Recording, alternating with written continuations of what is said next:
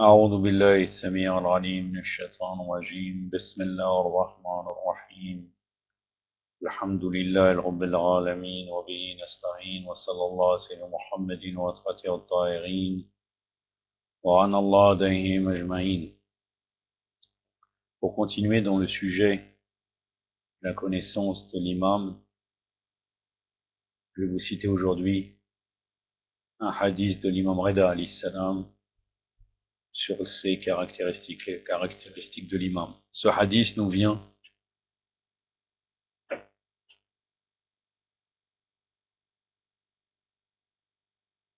de Usul al-Kafi. Dans 3 recueils de hadiths, il a été cité, entre autres Al-Usul al-Kafi,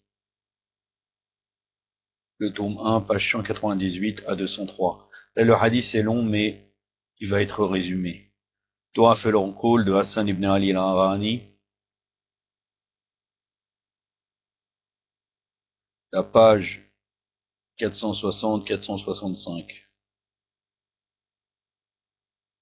C'est dans les éditions d'Iran, de Téhéran, même pour Usul al-Kafi. Uyun Akbar al-Rida, de Abu Jafar Muhammad ibn Ali al-Babouya, ibn Babouya, qui est appelé aussi Cher Sadouk. Modonallah alayh. C'est à le tome 1, page 216 à 222. Donc pour ceux qui croient à la science du hadith, le fait qu'il a été cité dans une source qui est très ancienne, qui date du 4e siècle de l'Hégire, et que ces savants-là sont tous dignes de confiance, ça témoigne de son authenticité et de son bien fondé. Et vous allez voir l'éloquence de ce hadith fait qu'il ne peut venir que d'un imam infaillible. Je vais commencer par vous lire le hadith. À chaque fois que je tomberai sur des versets coraniques, je ne vous les citerai pas en arabe, je vous donnerai la référence pour revenir au verset, le numéro de la sourate, puis le verset. Je commence ce hadith, c'est une vidéo qui va faire à peu près une quinzaine de minutes. Après avoir cité ce hadith, j'arrêterai ici. Je continuerai à vous citer une petite histoire de mémorial des justes, et ça sera tout pour aujourd'hui. Inch'Allah. Si j'ai quelque chose à dire au milieu du hadith, je vous le ferai savoir. Donc je commence le hadith. Réunis à Merv, dans la grande mosquée principale.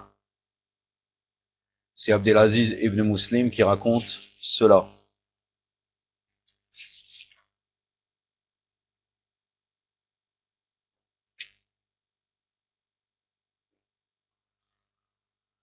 Donc il dit, réunis à Merv dans trois grandes mosquées principales, nous tenions compagnie à l'imam Reda alayhi salam. Les gens y discutaient entre eux pour savoir en quoi consiste la fonction de l'imam. Ce thème souleva de nombreux désaccords et des différences de point de vue. Un entretien particulier m'étant accordé par mon maître et mon chef spirituel, l'imam Reda alayhi salam. Donc là, c'est Abdelaziz ibn Muslim qui témoigne. Je lui donnai connaissance du sujet où était absorbé tout notre entourage. L'imam, dont les lèvres se plissèrent dans un sourire indulgent, s'expliqua dans ces termes.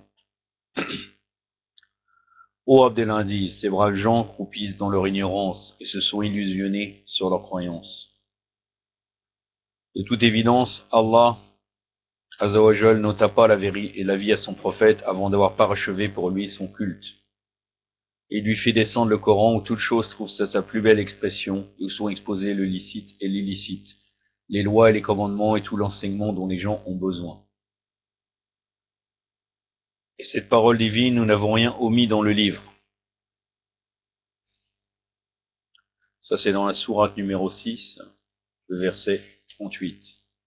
Au cours du pèlerinage d'adieu que le prophète sallallahu alayhi wa sallam effectua vers la fin de sa vie, notre Seigneur Azzawajal fit descendre ces paroles. Aujourd'hui, j'ai parachevé votre religion et vous ai accordé mon entier bienfait. J'agrée pour vous l'islam comme religion. C'est la sourate Al-Maïda, la sourate de la table servie, le verset numéro 5. C'est la sourate numéro 5. Et c'est grâce à l'autorité spirituelle des imams, l'imama, que la religion atteint son ultime perfection. Et le prophète sallallahu alayhi wa alayhi ne rendit pas l'âme qui n'eût déterminé les signes et élucidé les mystères de sa religion, qui n'eût éclairé les chemins des fidèles et qui ne leur eût montré la bonne direction à suivre. Sa sacro-sainteté, le prophète sallallahu alayhi wa alayhi investit Ali alayhi salam de l'autorité spirituelle et le nomma son héritier et l'imam des fidèles. Il ne laissa dans l'ombre rien de quoi avait besoin son peuple pour être initié aux arcanes de la religion qu'il leur expliquait clairement. Or celui qui présume que Allah n'a pas parachevé son culte n'hésite pas à renier son livre, et celui qui renie le livre d'Allah ne manque pas de tomber dans l'hérésie.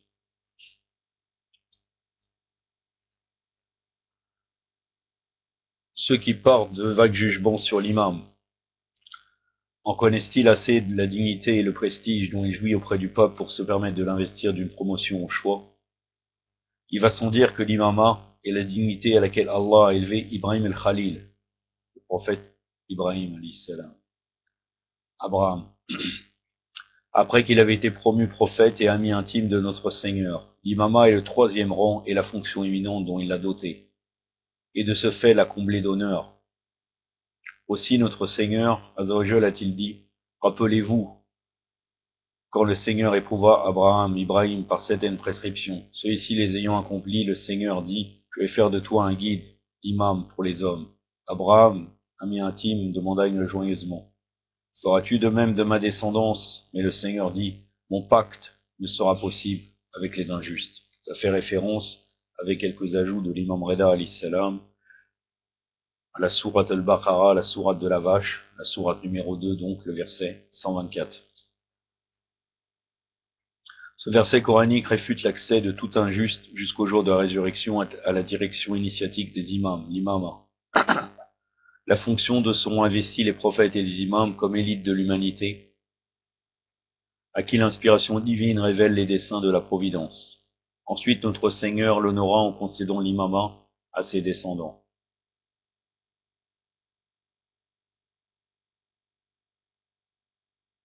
qui étaient ses meilleurs élus et des plus purs dans sa postérité. Il dit, et nous lui accordâmes Isaac et Jacob comme surcroît, et de tous nous fîmes des saints, nous fîmes d'eux tous des conducteurs dirigeant le peuple sur notre ordre, et nous révélâmes la réalisation des bonnes œuvres, l'accomplissement de la prière, le versement de l'aumône. Ils furent envers nous en dévotion. Ça, c'est la sourate numéro 21, versets 72 et 73. L'initiation spirituelle, l'imama, fut transmise à ses descendants, alayhum salam, l'un après l'autre, durant des siècles, jusqu'à l'avènement du prophète de l'islam, sallallahu alayhi wa alayhi, qui est la manifestation de la réalité prophétique éternelle. À ce propos, Allah dit, en vérité, les plus méritants des hommes dans l'entourage d'Abraham sont certes ses adeptes, et ce prophète et ceux qui ont cru. C'est la sourate numéro 3, donc la sourate Ali Imran de la famille Imran, le verset 68. L'imama fut donc leur propre héritage, jusqu'à ce qu'il fût transféré par le prophète à Ali alayhi salam et ses descendants élus à qui Allah a donné la science et la foi, comme le dit Allah dans le verset coranique. Cependant, ceux qui ont reçu la science et la foi diront, certes nous sommes demeurés dans l'écriture d'Allah jusqu'au jour du rappel. Voici le jour du rappel, mais vous, impies, vous ne saviez point. C'est la sourate numéro 30, verset 56. Tout cela eut lieu selon le plan arrêté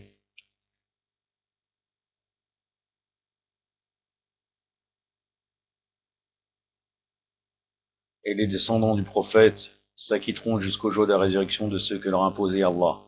Comme il n'y aura pas de prophète après Mohammed sallallahu alayhi wa alayhi, sur quels critères ces ignorantins ont-ils voix au chapitre dans l'investiture de l'imama? En tout cas, l'imama est la dignité dévolue au prophète et à l'héritage légué à ses successeurs. Les imams sont les khalifes et califes d'Allah et de son prophète sur la terre. L'imama étant la dignité dont l'émir des croyants fut revêtu, appartient incontestablement à Al-Hassan et Al-Hussein, héritiers des connaissances de l'envoyé d'Allah. En vérité, l'imam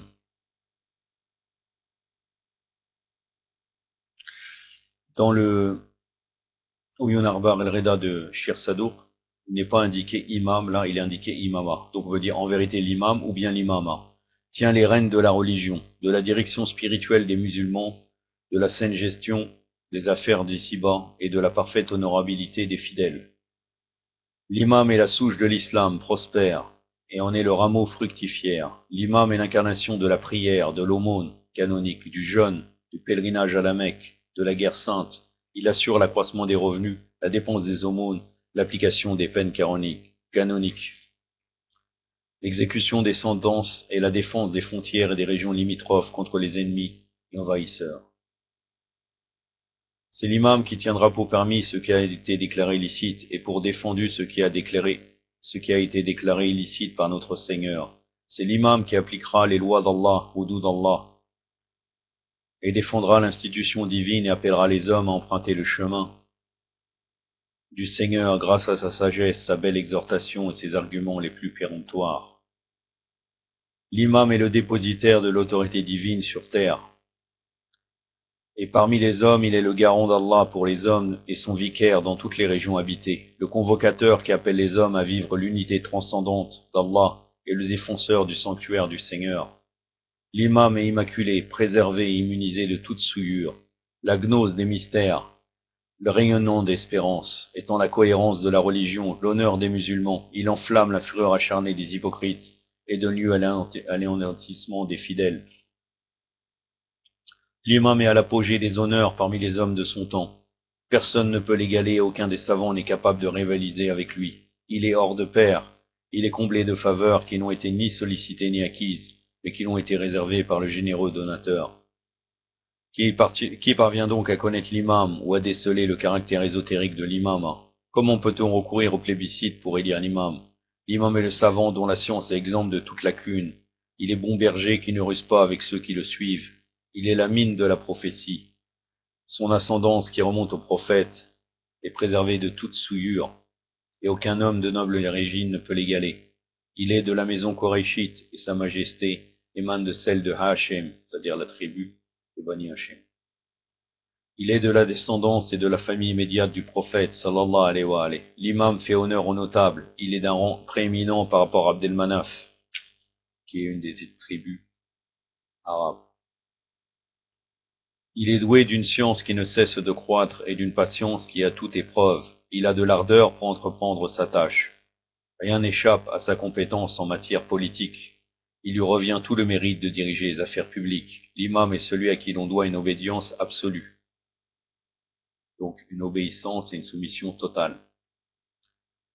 Il établit l'ordre d'Allah. Il est le bon conseiller pour ses serviteurs. Certes, Allah favorise les prophètes et leurs héritiers de son secours et leur fait don de l'immense trésor de sa science et de sa sagesse, ce qui n'a pas été donné à personne d'autre. D'où la prééminence de l'imam parmi ses contemporains dans le domaine de la science. Allah, qu'il soit glorifié et exalté, Azzawajal, dit celui qui dirige vers la vérité est-il plus digne d'être suivi, ou bien vaut-il mieux suivre ce que ne dirige qu'autant qu'il est dirigé? Qu'avez-vous donc, comment pouvez-vous juger ainsi? Ça c'est dans la sourate numéro 10, donc la sourate Jonas, le verset 35.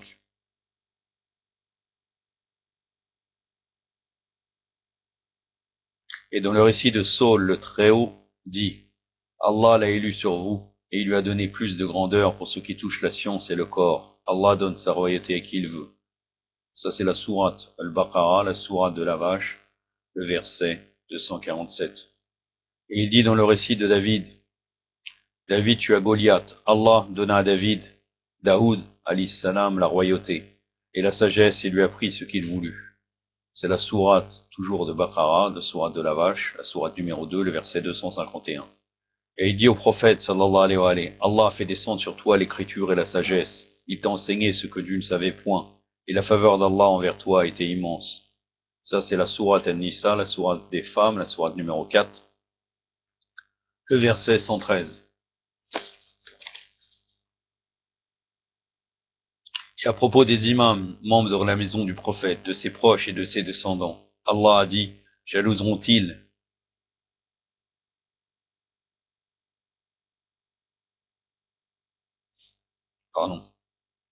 Jalouseront-ils ces gens-ci de ce qu'Allah leur a accordé de sa faveur mais ils ont donné à la famille d'Ibrahim alayhi salam, l'écriture, la sagesse, et avons donné à cette famille une royauté immense. Ça, c'est toujours dans Surat An-Nisa, la sourate des femmes, le verset 54.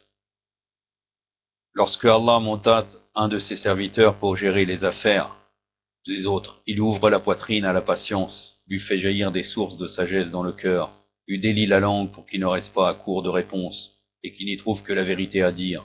Il vit donc dans la plus stricte observance des préceptes, tout en étant la sincérité et la loyauté même, indemne de toute faute et de tout péché. Allah l'a nanti de ses qualités, pour qu'il serve de garant répondant pour lui devant son peuple, et de témoin pour ses serviteurs.